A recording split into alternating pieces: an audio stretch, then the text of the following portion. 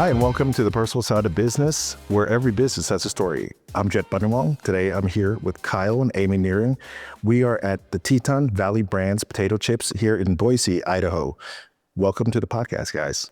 Thank you. Yeah, thanks. So tell us, how did we get here?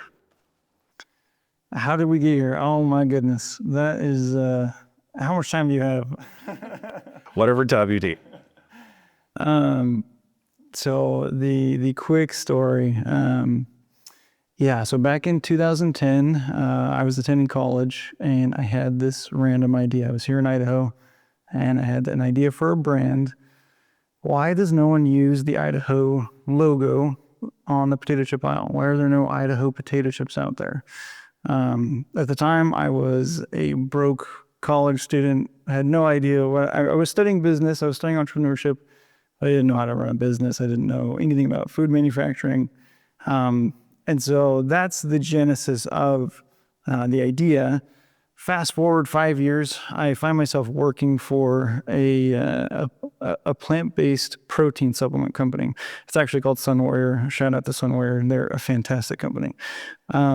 But I started to learn all of the ins and outs of how a food product, a CPG product, comes to market. So I learned about the manufacturing and the operations, sales and marketing and distribution and margin, and what's acceptable for retailers. And I just started getting into it. And so in 2017, I decided I do enough to launch my own thing. I was wrong, by the way. I didn't know enough, but that's how we got started. And it was my brother and I, and our wives were involved too, but it was mostly my brother and I. And we had heard about a snack bar company that started with $11,000, and so we wanted to beat them. So we each put in $5,000 a piece and said, "Let's go for it." So that was 2017, and it's been a wild ride since then. But that's how we got started. Fast forward, today we have, a pretty decent operation going. So. Yeah, absolutely. Now, were you guys already together when 2017 when you guys started? Yeah, so 2010 is when we met. And so about the same year that he had the idea is when we started our relationship. And to be fair, he did warn me that he wanted to be an entrepreneur, which I had always heard the joke that entrepreneur is French for unemployed. And so our very first conversation as we were getting to know each other, the what's your major conversations and what do you want to do with that? He told me he wanted to be an entrepreneur, and I've heard a lot of people who have big dreams like that, but then they have the family, they get the 9 to 5, and it's too comfortable to chase those dreams. But Kyle is not a normal person, and he's very adventurous, very creative. And so a lot of this is just going on faith and going at it together. And When did you feel like you were confident in what Kyle was doing? Like there's probably a point where you were like, no, this is kind of a little bit of a joke until it becomes real. No, that's a good question. He's had ideas for businesses our whole marriage. And so it's kind of just a joke of, hey, it would be a good idea. And then he just pitches me something. And so we talk business all the time. And so, but this was an idea that I guess out of all his ideas, he just couldn't let go of. And so as we're at Sunwarrior, I remember he came to me and he was like, I just can't stop thinking about this. And I think I really want to try it. And so we started it out of our basement. We had somebody making the chips for us. So we would ship, potatoes to Missouri, and a chef would cook them up for us, send them in bulk to our home, where Kyle built this contraption out of a garage door motor, but it would package 12 bags at a time. And so we would work through the night and package cases of chips out of our home, and just to prove concept and see, does this sell? Does this brand work? So we came up with the packaging design, and we just slowly started proving the concept, and then it started working. Oh. What were sales like that first year?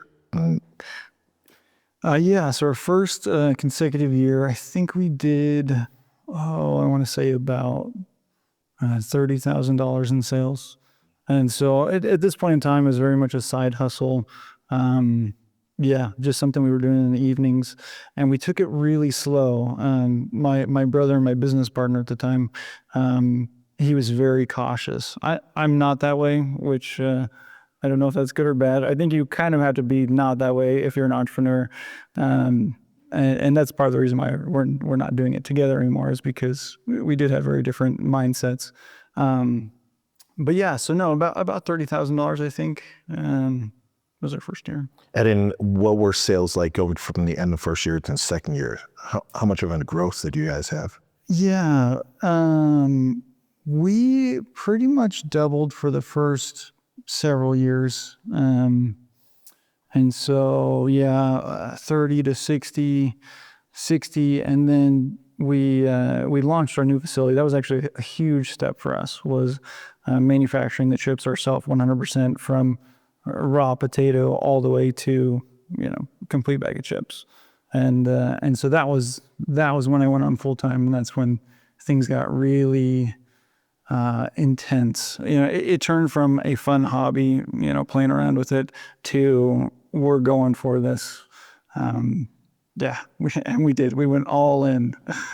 Now, what were some of your sourcing for the potatoes? Was that easy to find sourcing for it and then work with you, or did you have to figure out a whole strategy in order to get that? Yeah, absolutely. Sourcing potatoes just in general is a pretty tricky thing. It sounds simple, and Idaho is known for potatoes. They do grow the most potatoes in the United States by far. Some people say it's Washington. I don't know why they say that. It's not true at all. But either way, you would think that wouldn't be too challenging. But these are all lessons that we had to learn along the way. So, for example, we thought we wanted to do a russet potato chip. That's kind of your classic Idaho potato. It doesn't turn into a chip very well. It does turn into a great chip about 10% of the time. The rest of the time, it's just a pain to deal with. And so that's why almost none of the major players use them. And eventually we realized this wasn't working.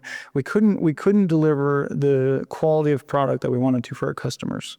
And so we had like these really difficult lessons along the way that we had to learn. And that was one of them. And yeah, potato sourcing. I can talk a long time on nerdy potato topics. I don't know if we should go there, but it has to do with the starches and the way they're stored and the type of potato variety, all kinds of stuff. So yeah. Nice. And so Amy, during this time where the business is starting to take off, what was your role in the support and involvement in the business? Yeah, so brainstorming a lot when we came up with the design for the packaging. I have crystal clear memories of us sitting in our bed at night, just brainstorming and coming up with, well, what do we want it to look like? Wouldn't it be interesting if we just put a giant potato on the front? Like that would stand out on the shelf. And so we just start playing around with that idea. And what if every flavor on the back highlighted a different scenic place in Idaho? And so we started looking at artwork, and the barcode on the back is actually the shape of Idaho. And that was one of our ideas. And how about we print on the back where the potatoes are coming from and which part of Idaho, so they know. And so a lot of that, it was just brainstorming and helping with design. And then I would also help package the potato chips in our basement during that time. But we had 3 young children, and I was pregnant with our 4th when all of this was going down, and we were getting ready to start manufacturing ourselves. And so, that was, there's a whole story there too. But when we were in our very first facility, when I had help with the kids, I would come out and help clean or help season, help inspect, help bag, getting potatoes washed and ready to be fried and cut, and feeding potatoes into the slicer, every aspect of it. Hairnet, all the things, wherever I kind of was needed. I would be there to help. I'm always curious about that aspect with mothers and businesses, because I think that's part of the unseen heroes in the business, because you know, and I'm not taking anything away from you as a father, right? But I think there's this crucial time when mothers have to be really involved with the children in order to raise them. And I think to jump into business mode, it's probably a long day, stressful, and you're just trying to concentrate on, I would guess, moments at a time instead of thinking long picture, because it could drive you crazy. What were some of the things that got you by going from mother mode into business mode? Like, what was your mindset like? I think for me, it was not so much that I'm the professional here, but I am his support. And this is his dream. This is his livelihood. This is how he's providing for our family, or hoping to. We did go, once we took on our own manufacturing, we went about 2 years without a paycheck. And that was hard. It's hard with a young family to sell your home and use that equity to live on, and watching that slowly dwindle down, and the company's out of money. So you put your last little bit of savings in there, and you don't really know. There's a lot of uncertainty, and I think as a mother, there's a lot of ideals that we have of what we want our children's childhoods to look like, and it was very different. And so, And having a fourth kid was, I mean, that's financially, that's a scary place for you guys to be in. Yeah, there was a lot of uncertainty. Let me kind of paint a picture of where we were at, because this really, I mean, saying that she was the unsung hero, it's the perfect statement, because that's exactly what Amy went through. But I mean, we're talking. We know we need to go full time. We know we need to bring in our manufacturing. We know it's very expensive to buy industrial equipment. So we're starting to scrap together equipment across the country. We bring in a pretty good paycheck from my parents, not a paycheck, investment. And we are, I mean, she's literally 8.5 months pregnant when we list our house. You know, we sell the house, and we move to a rental, and we are no longer receiving income. I mean, it is the most stressful environment you could possibly imagine. And of course, as we get the facility built, it's way more expensive than what we realized. Our savings, you know, I mean, we were pretty poor even back then, and we were living off of the income of our house, and that was just dwindling and dwindling and dwindling and dwindling. And yeah, I mean, for Amy to be so stoic through all that, you know, raising children, and not to say that it was, you know, anyone was perfect. We all stumbled at that time. We're all wondering, what in the heck are we doing? Like, why are we, or it's a potato chip company. Come on, like, why are we doing this? And anyway, a lot of hard years. I always said if I was going to write a book, I would call it Blood, Sweat, and Years, because it just takes a long, hard time. What was it about this business that made you both see through the grind? Like there had to be a moment that you were like, oh, what are we doing this for? Like you said, but then you were like, this is worth it. We had a lot of moments where we questioned whether we should continue or not. We've faced bankruptcy more times than I can count. And it's hard when it's a potato chip company to say, like, yeah, this is going to be worth it, when you're just obstacle after obstacle, especially during COVID. It was a really hard time when businesses were going out of business all the time, to see that light at the end of the tunnel. But to be frank, we came to a point where we did not know if emotionally, financially, if this made any sense to keep going. And I hope this is okay to say here, but we had to pray about it. Yeah. And if it was up to us, I think we would have been done at that point. But we both felt very strongly that there was a higher purpose to this, and we needed to keep going. And it was going to be hard. Was there a sign that you felt from your praying that was the push to keep going? Yeah, what I would say is, you know, the feeling that we had was God doesn't care one iota about a potato chip company. at all. He doesn't care about that. But the individuals in it, he really, really cares about. And he can see the end from the beginning. And not, we're not trying to turn this into a religious podcast or anything like that, but it was such an integral part of what we were doing. And we knew that he knew what we needed and what our employees needed and the potential good that can come from something like this. And so that was really it. It was just this distinct feeling that he can do a lot of good with us and with the company, and we just got to get through these hard years. I actually had a very distinct feeling, if you recall in the Bible, the story of Joseph in Egypt, where he had 7 years of famine, followed by 7 years of plenty. Actually, it was reverse, about 7 years of plenty and 7 years of famine. And in the middle of this, I just felt like we've got 7 hard years, and if we can get through that, we'll be okay. And I mean, almost to a T.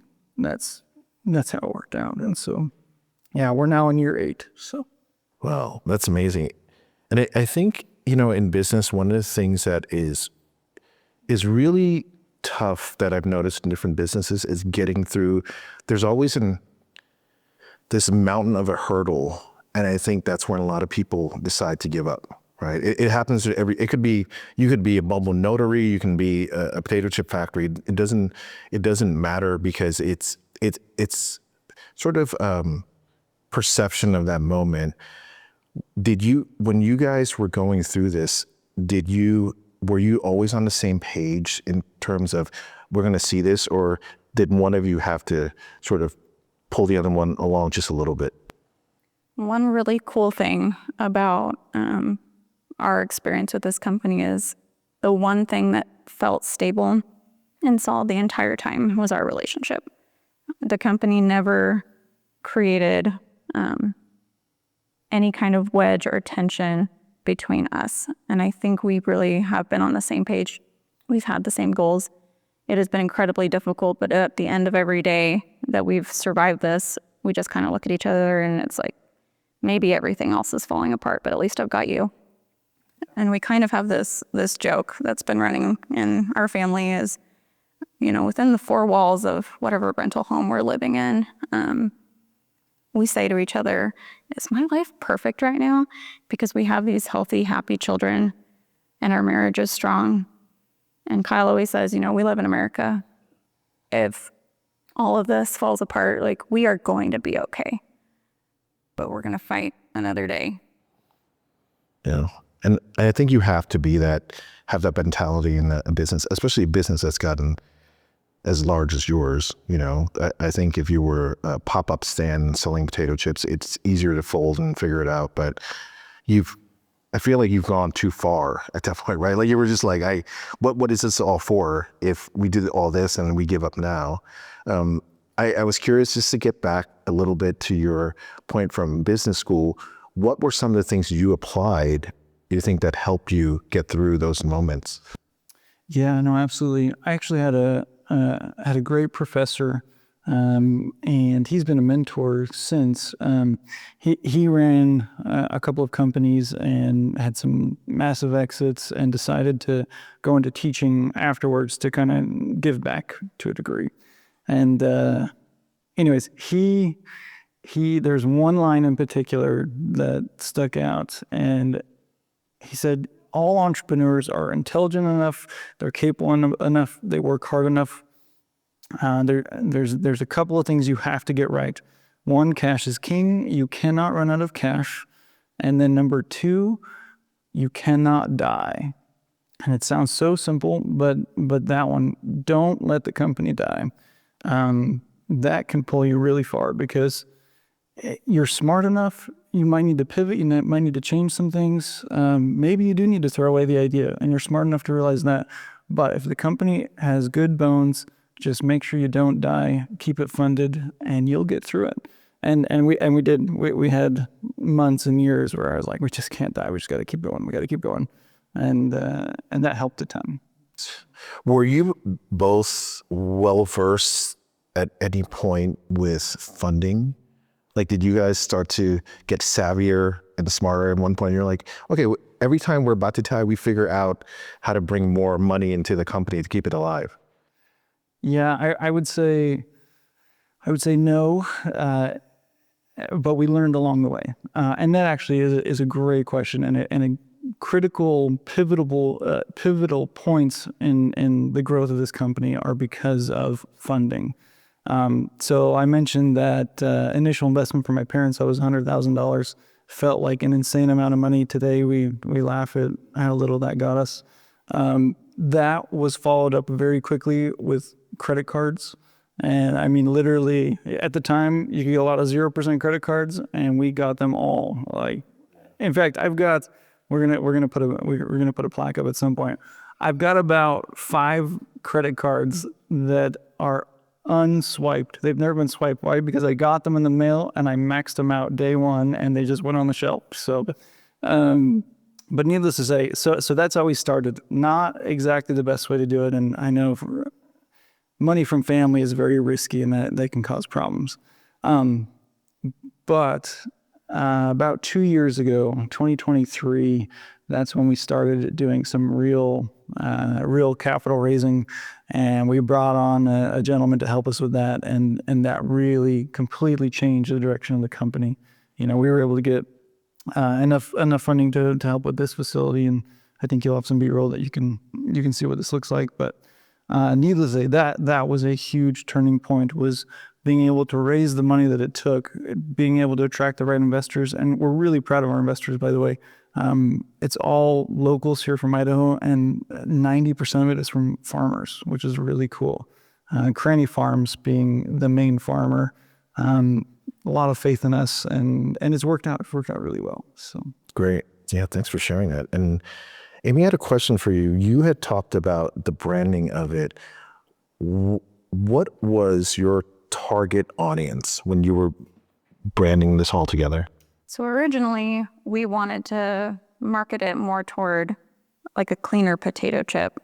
And so we were thinking maybe more Whole Foods, maybe more the natural aisle, and maybe we would try to make it go that direction. And so we thought the nice crisp, color blocking with the white bag and the potato, using really clean ingredients and keeping everything really simple.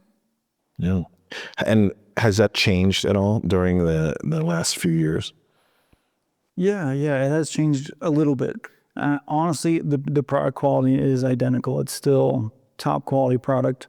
But we just realized that segment isn't where we naturally fit. The Idaho brand, it's got some natural potential, but really it's just kind of an old school brand. So it's more conventional classic instead of, high end. And so,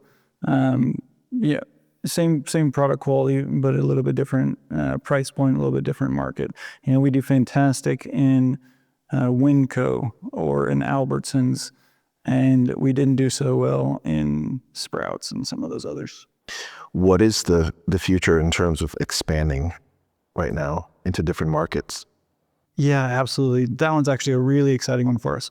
So there's a lot of opportunities, especially now that we've built this facility that we're in today. Our capacity is 4x from the original one that we scrapped together, and we're finally doing a really proper facility with all of the additional third-party certifications and all kinds of stuff. Not that we were doing anything wrong. It's just, to take it to the next level and to go get larger clients and customers, there's just a different level of expectation.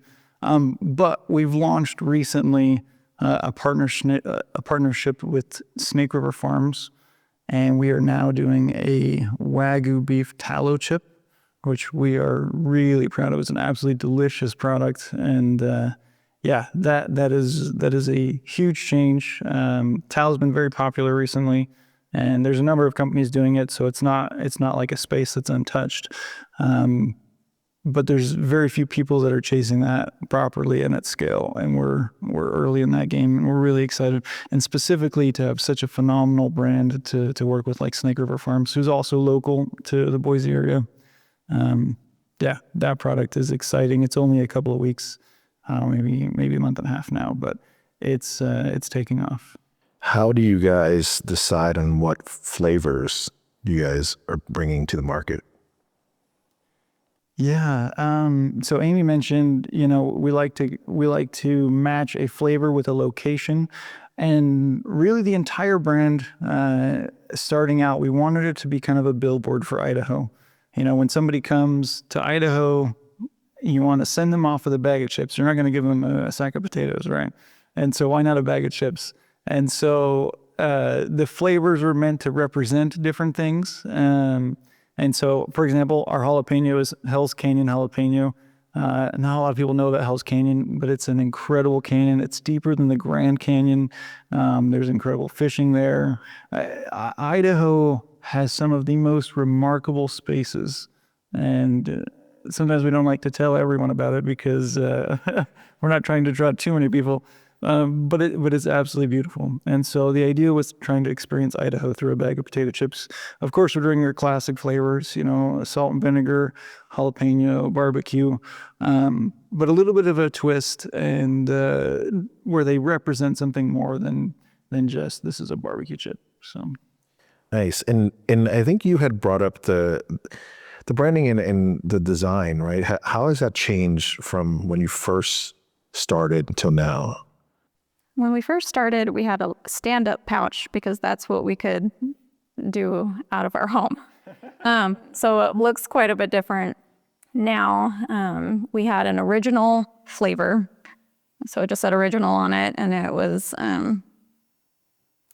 not a typical salted chip. It was just a seasoned chip, and that one was brown, and the color blocking on there was brown. And then we had a spicy one, and that was kind of a reddish color. And so when we stepped away from those ingredients and went with more data-driven, what is the highest selling flavors, and we developed these packages and moved to this kind of packaging here that we do on our machines.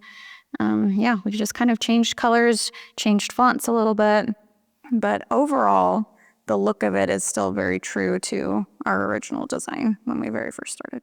And you talked about partnerships. How do you guys decide on who you want to work with? That's a good question. Well, so as far as retailers, we're pretty selective on retailers. One of the hardest things about CPG companies is distribution. And anyone who's watching, who's running their own company, they know that. It's probably even more difficult with potato chips because you have a short shelf life. Freight is really expensive because you're kind of shipping air to a degree. And so distribution is a huge part of what retailers would choose to work with. But then as far as like suppliers and investors, those are very different relationships. Suppliers, obviously high quality ingredients, and we really haven't had to change a lot. In a lot of ways, we're very similar to when we started. All of our oil comes from one supplier, all of our sunflower oil, I should say, and we use top quality local. It's a Colorado company, expeller pressed, very, very high quality ingredients. And really develop those relationships, and we don't feel a lot of need to change. Despite having to go through some pretty tough times. Maybe one quick thing, 80% of the world's sunflower oil comes out of 2 countries. You could guess what 2 countries it would be. It's Ukraine and Russia. Oh, wow. 80%. Needless to say, when the war started, oil prices went through the roof, and this was a hard time for us and with the company, right? And I know that's still happening, although you're able to get sunflower oil and people have made up for that. But needless to say,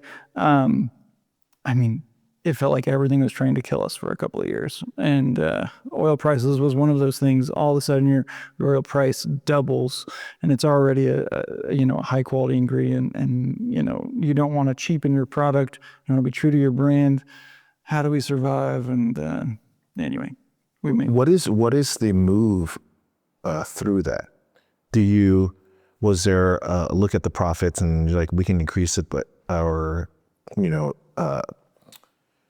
purchase price by this much and we can still survive, that type of thing? Yeah, absolutely. You're constantly running your cost of goods, and yeah, and we're still learning that. I'll say it's really hard to go to your suppliers or to your retailers and just increase the costs. Nobody wants to hear that. It is common and it does happen. But it's not even something that we do every year, even annually. And so usually for a little while you bite the bullet and you just take a lesser margin or almost no margin and you survive. And then at some point, either it'll stabilize, and sunflower oil, that was the case, it did come down, or you do take a little bit of a price hike and it stabilizes. We did a little bit of both, and fortunately that's worked out okay for us. Yeah. And if you guys were to go back in time to 2015, what would you have done differently? Would you have stayed in this and maybe go into a different direction with another business, or you're proud of everything you've done up to this point, this moment, and stayed in this business?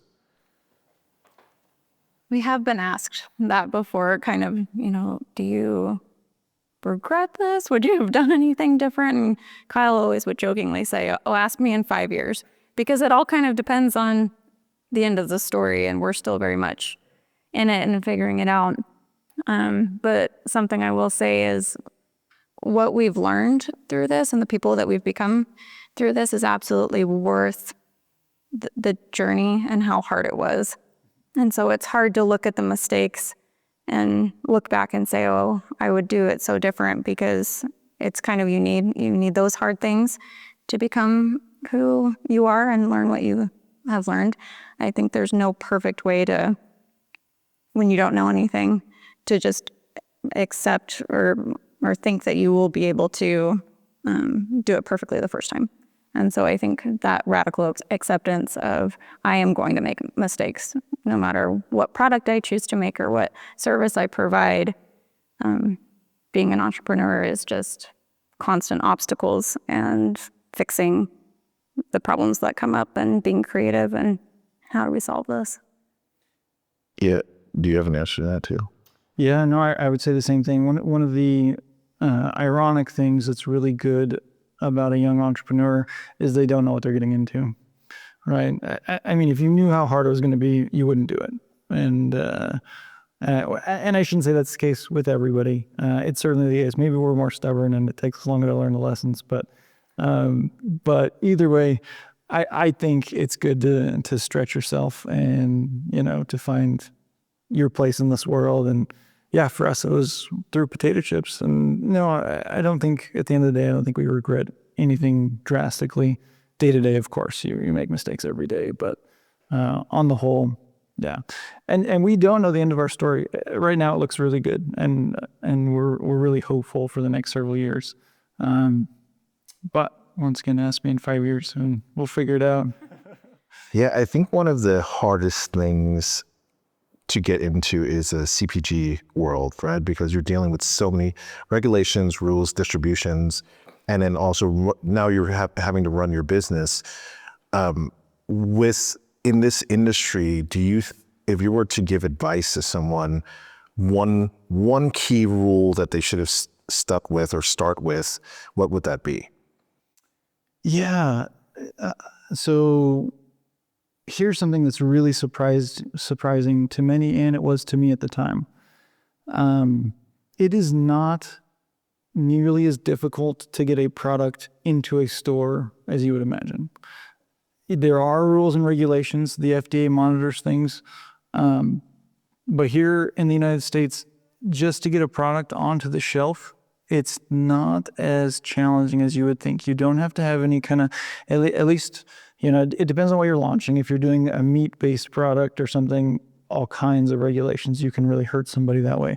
With a potato chip, the FDA knows that you're not going to typically cause major problems. It's a product that's got a really strong step that takes out all the bacteria through its cooking process. And, so at the end of the day, you can bring a product to shelf if you have a barcode and you have an idea and you can put it in packaging and it's safe. I mean, you can take that to a store and they will sell it for you. And so I'm not saying that's where you have to stay. You have to graduate from there. But that's a surprising one when it comes to CPG.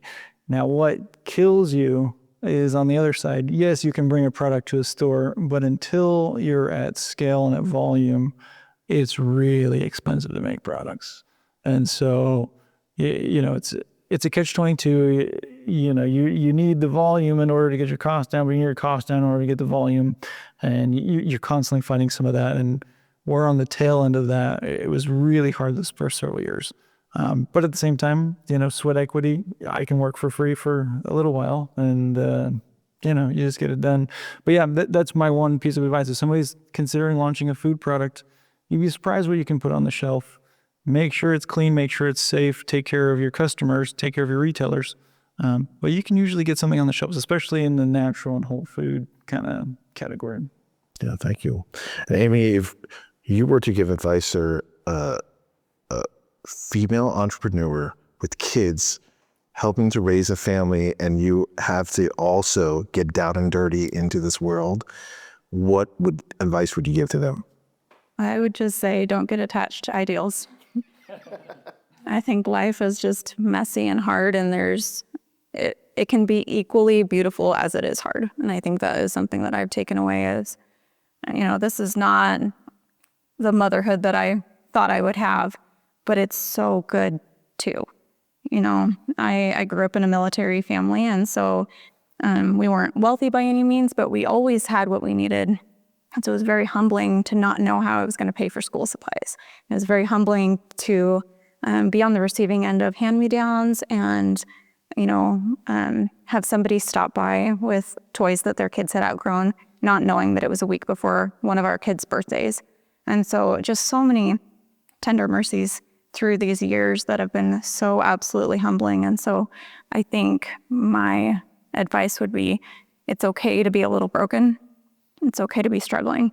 It's okay to ask for help and receive help, and then turn around and also be able to pay it forward in any small way that you can. And that is one of our biggest goals with this, is that someday we will be able to help people the way that we've been helped. There's been so many good people in our community who have sustained us and carried us when we did not know how we were going to get by. Yeah, I appreciate your story so much. Now I understand when, just give insight, when I first got in contact with Kyle, he told me they had a really incredible story, and I didn't want to hear it because I wanted to hear it for the first time in person. So this is the first time. I normally do a little bit of just background work, but I think this was really important just because I knew there was, to get to this level, you have to go through a lot of hurt and triumphs at the same time to do it. So I appreciate this so much between both of you, and to get, I think you guys fall in such a small category in the history of businesses in such a way, just because I think it's one thing to be a couple to do it, to have kids, to also go through these moments where you're about to fold a company and get through, and then go into CPG, and then go from a small factory, you said, into this. I think it's amazing. So thank you for your story, sharing that. And to wrap up here, if you could tell the audience what makes your brand that much more special and different from the other potato chips, what would it be? Yeah, absolutely. So we are so proud of our products. So first off, like we mentioned, it's the Idaho brand. We thought that would carry, but at the end of the day, we just got really excited about producing a quality product that people loved. It's still a potato chip. I wouldn't recommend eating them all the time. I wouldn't say they're healthy. But it's small, it's local. There is a heart behind every bag of chips. And yeah, it really is a fantastic product that we're proud to put on the market. What about you, Amy? Yeah, for me, I look at our brand and I see our life and our story, and I'm proud of it. I'm proud of what we've created. And I think this product does a good job of representing Idaho. We love it here. We love that this is where we're raising our family and the good people who are here in the state. Well, thank you so much, Kyle, Amy, for being on the podcast. This is The Personal Side of Business. Thanks. Yeah. Thank you.